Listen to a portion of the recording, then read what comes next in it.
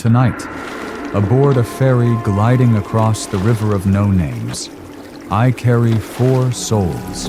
Not souls who starved for food, but for attention, likes, and live stream money. And that hunger, it chewed them from the inside out. She once said, "If I just eat long enough, I'll be famous." And so she ate, for 43 hours straight, her face bloated, eyes bloodshot, chest heaving. But the donations didn't stop. Neither did the fake smile. Until the 38th cake. She collapsed, vomiting frosting, half-chewed crumbs, and blood. The keyboard soaked red. The viewers thought it was a Halloween stunt. First comment? Realistic AF. Shares shot up 430%. He was only 15. One night he accepted the Reaper Chip Challenge. 10 chips. His mouth turned blood red. Sweat poured. But he smiled because the viewers laughed. "Next one, bro, let's go!" His heart cramped. His stomach burned. His chest screamed in silence. And when he finally collapsed, someone still had time to screenshot his death. This meme's gonna blow up. She was famous for eating things alive. That night, live octopus. The Sanakji twitched on the plate. She smiled, took a bite, and then a tentacle slid into her nose, crawled down her throat. Her arms spasmed. One final gasp. 100,000 people watched. Thought it was a really cool special effect. She died to the sound of hearts and emojis floating across the screen.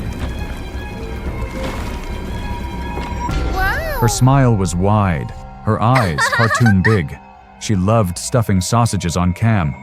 "Try 10 more," they cheered. But on the 9th, she choked, coughed, clawed at her throat. No one helped. They thought it was scripted. The live stream cut to black. Connection lost. But her soul didn't disconnect. It stayed beside the camera, waiting to finally be swallowed. 4 souls, 4 final feasts. What they craved wasn't food, but to be seen. Now, no one's watching. Just me and this boat drifting them into the dark.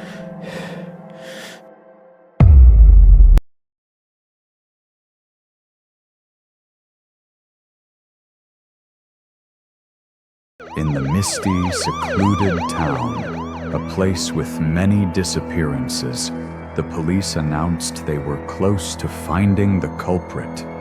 Jack, a culinary expert, arrived because of the reviews.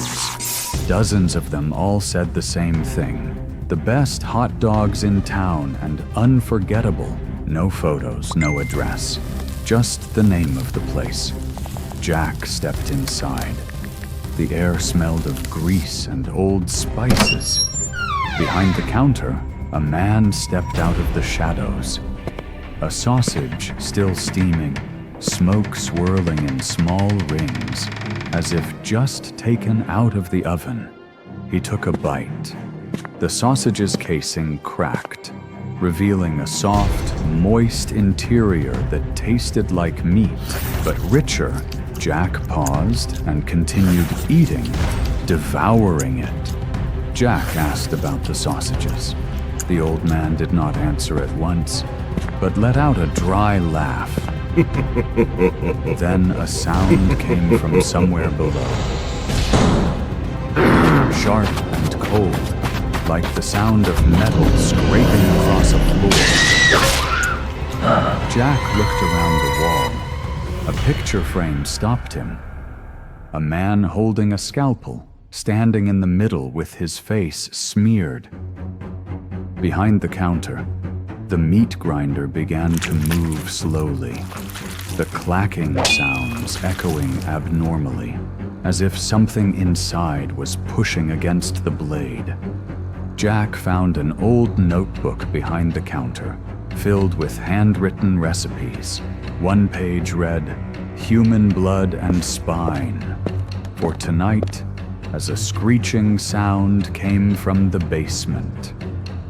The basement door was closed, but a red light was still visible below. Jack reached for the handle, his hand shaking. Jack stepped through the wooden crates, marked Mia, Julie, lined up along the damp floor. One crate shook slightly, very slightly, but enough to make him hold his breath. As Jack tried to run, the meat hanger fell from the ceiling like an iron claw. A slash across his cheek, and the blood under his skin began to boil. Jack smelled the sausage stronger, not from anywhere else but from his own body. Jack clawed at his stomach until it bled, then collapsed as a voice from within his chest said that part of him was ready to be. He opened the industrial freezer. Inside was a severed hand with a wedding ring and a slab of meat shaped like a torso. The light flickered as cold mist rolled out, mixing with the blood dripping onto the floor. He staggered back and knocked over a tin can. The can burst open, spilling sausages and human fingernails. The old man appeared behind him and injected a needle into his neck. Jack collapsed in a pool of blood, his vision blurring with the clang of metal. Jack woke up naked in a cold room filled with hanging corpses. His chest pulsed unnaturally, and one eye turned yellow like a blood-soaked coin. He was chosen the moment he tasted it. The old man was gone. Jack stood behind the counter in a clean apron, calmly serving the first customer of the day. A newspaper on the table read, "Famous butcher shop owner mysteriously disappears. Butcher shop inherited by son. Tradition always finds a new face." The radio in the diner still plays, only one portion every weekend for the worthy. The secret stays fresh because no one survives long enough to tell it.